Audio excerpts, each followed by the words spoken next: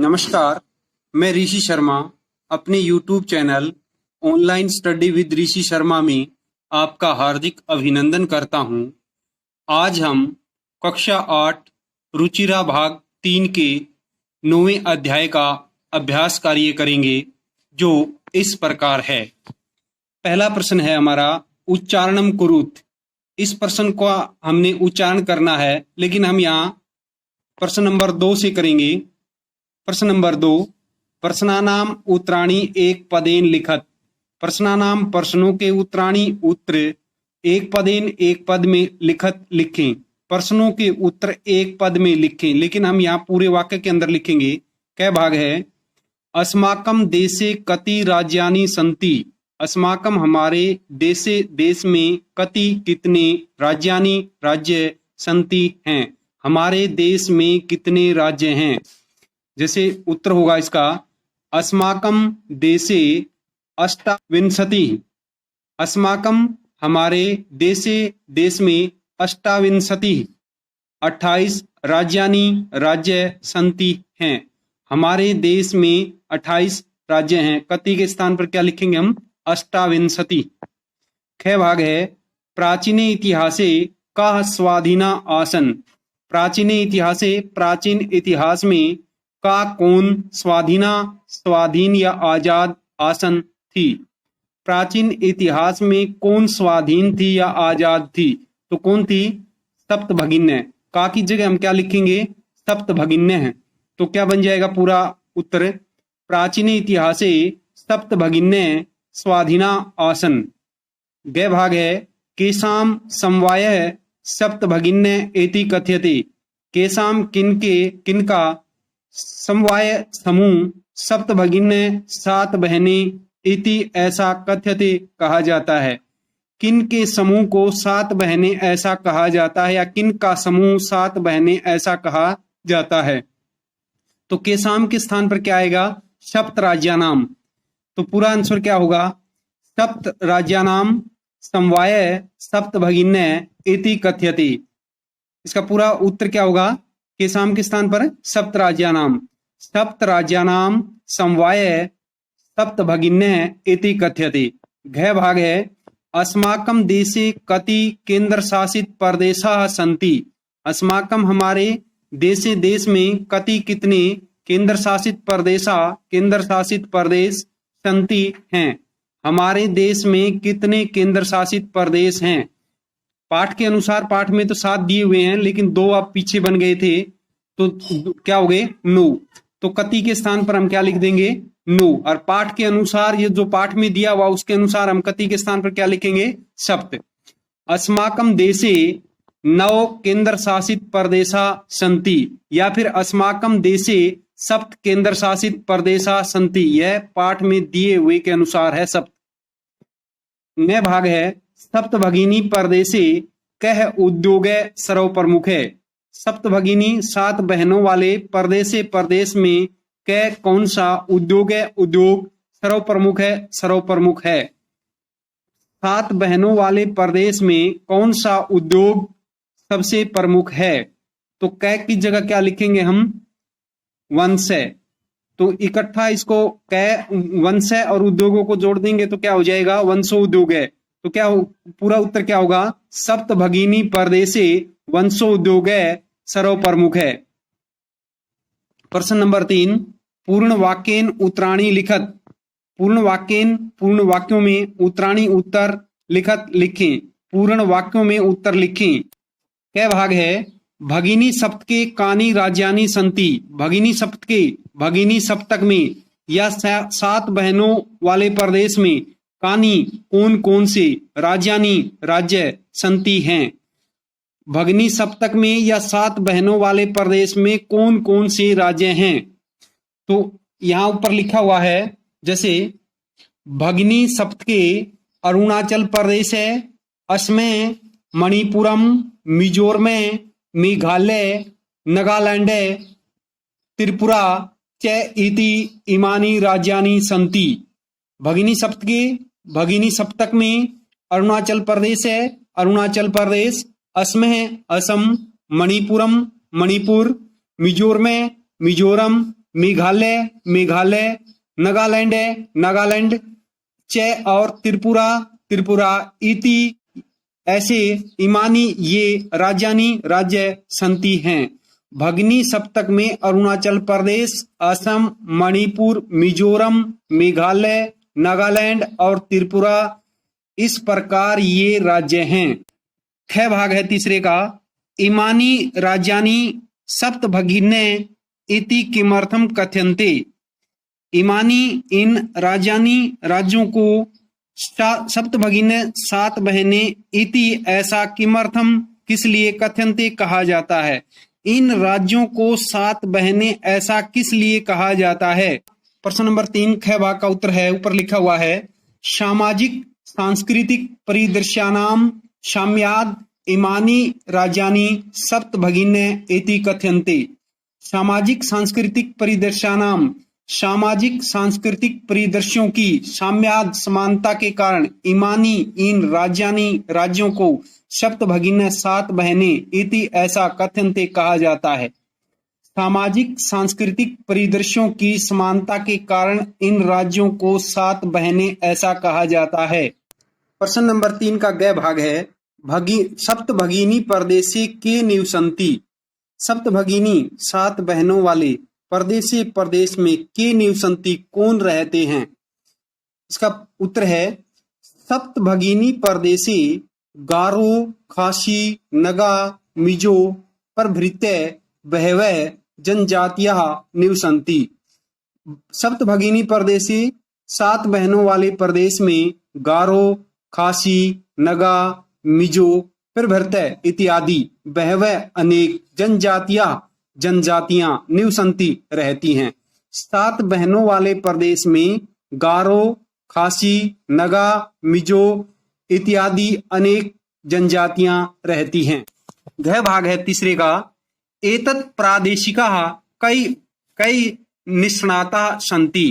एतत् ये प्रादेशिका प्रदेश कई किन में निष्णाता निपुण सन्ति हैं। ये प्रदेश किन में निपुण हैं। ऊपर लिखा हुआ है, एतत् प्रादेशिकाः बहुभाषा भी समन्विताः परौ परंपरा भी परिपूरिताः सौ लीला कला भी च निष्णाता सन्ति। एतत् प्रादेशिका ये प्रदेश बहुभाषा भी समन्विता अनेक भाषाओं से युक्त परौ परंपरा भी परिपूरिताः पर्वों और परंपराओं से परिपूर्ण शव लीला कला भी च अपनी लीलाओं और कलाओं में निष्णाता सन्ति निपुण हैं। ये प्रदेश अनेक भाषाओं से युक्त हैं, पर्वों और परंपराओं से परिपूर्ण हैं, अपनी लीलाओं और कलाओं में निपुण हैं। न भाग है तीसरे का, वंश वृक्ष वस्तुनाम उपयोग कुत्र क्रियते। वंश वृक्ष वस्तुनाम बांस के वृक्षों से बनी वस्तुओं का उपयोग कुत्र कहाँ क्रियते किया जाता है। बांस के वृक्षों से बनी वस्तुओं का उपयोग कहाँ किया जाता है। उत्तर है, वंश वृक्ष वस्तुनाम उपयोग है सप्त भगिनी परदेशे क्रियते। वंश वृक्ष वस्तुनाम बांस के वृक्षों से बनी हुई वस्तुओं का उपयोग या प्रयोग सप्त भगिनी परदेशे सात बहनों वाले प्रदेश में क्रियते किया जाता है। बांस के वृक्षों से बनी वस्तुओं का उपयोग या प्रयोग सात बहनों वाले प्रदेश में किया जाता है। प्रश्न नंबर 4 है, रेखांकित पदम आधृत्य प्रश्न निर्माणम कुरुत। जिन पदों के नीचे रेखा अंकित है उनके स्थान पर प्रश्न निर्माण करें। क भाग है, वयम स्वदेशस्य राज्यानाम विषय ज्ञातुम इच्छामि। वयम हम स्वदेशस्य अपने देश के राज्यानाम राज्यों के विषय बारे में ज्ञातुम इच्छामि जानना चाहते हैं।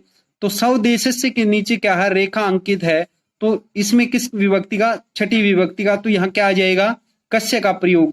पूरा वाक्य क्या बनेगा, वयम कस्य राज्यानाम विषय ज्ञातुम इच्छामि। ख भाग है, सप्त भगिन्य प्राचीन इतिहासे प्राय स्वाधीना एवं दृष्टा।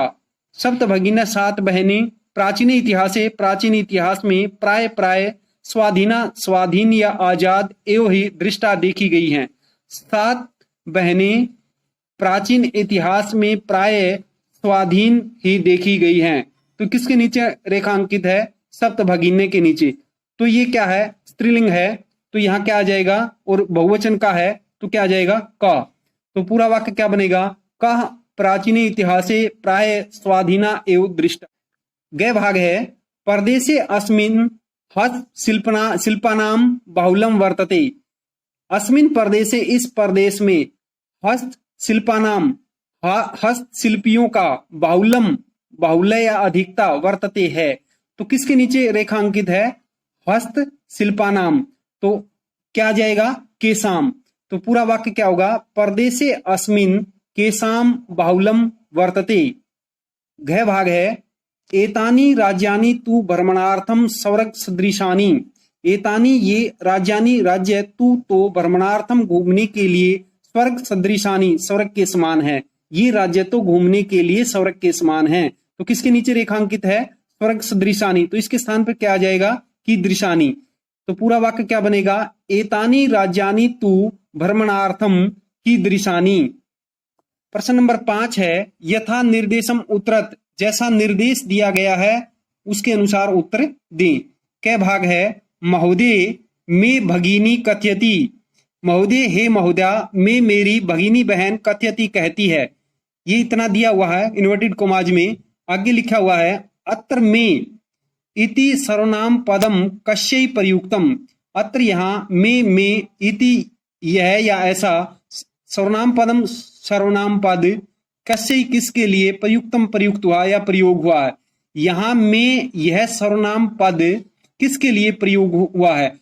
तो पाठ में पीछे दिया हुआ है ये कथन कौन बोलती है? सौरा। सौरा में चतुर्थ, तो किसके लिए चतुर्थी विभक्ति में क्या हो जाएगा? शौरायै। तो यहां जाएगा अत्र में इति शौरायै प्रयुक्तम। तो क्या जाएगा? शौरायै। है भाग है सामाजिक सांस्कृतिक परिदृश्यानाम साम्याद इमानी उक्तोपादिना प्रथितानि। सामाजिक सांस्कृतिक परिदृश्यों की साम्याद समानता के कारण इमानी ये उक्त उपाधिना ऊपर कही गई उपाधि से प्रथितानि प्रसिद्ध हैं।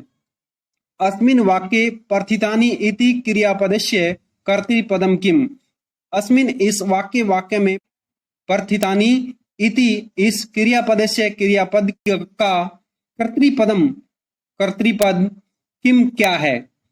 इस वाक्य में प्रथितानि इस क्रियापद का कर्तृपद क्या है यानी कर्ता कौन सा है? तो इसमें क्या आ जाएगा? इमानी। क्या होगा इसका कर्ता? कर्तृपदम इमानी। कर्तृपदम का मतलब है कर्ता, तो यहाँ इमानी ये है कर्तृपदम है। ग भाग है एतेषाम राज्यानाम पुनः संगठनम विहितम। एतेषाम इन राज्यानाम राज्यों का पुनः फिर से संगठन विहितम विधि पूर्वक हुआ या हुआ। अत्र संगठनम इति कर्तृपदस्य क्रियापदम किम। अत्र यहाँ संगठनम इस इति इस कर्तृपदस्य कर्तृपद का क्रियापद किम क्या है? यहाँ संगठन इस कर्तृपद का क्रियापद कौन सा है?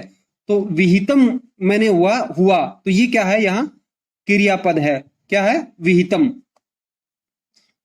घ भाग है अत्र वंश वृक्षाणाम प्राचुर्यम विदते। अत्र यहाँ वंश वृक्षाणाम बांस के वृक्षों की प्राचुर्यम अधिकता विदते है। यहाँ बांस के वृक्षों की अधिकता है।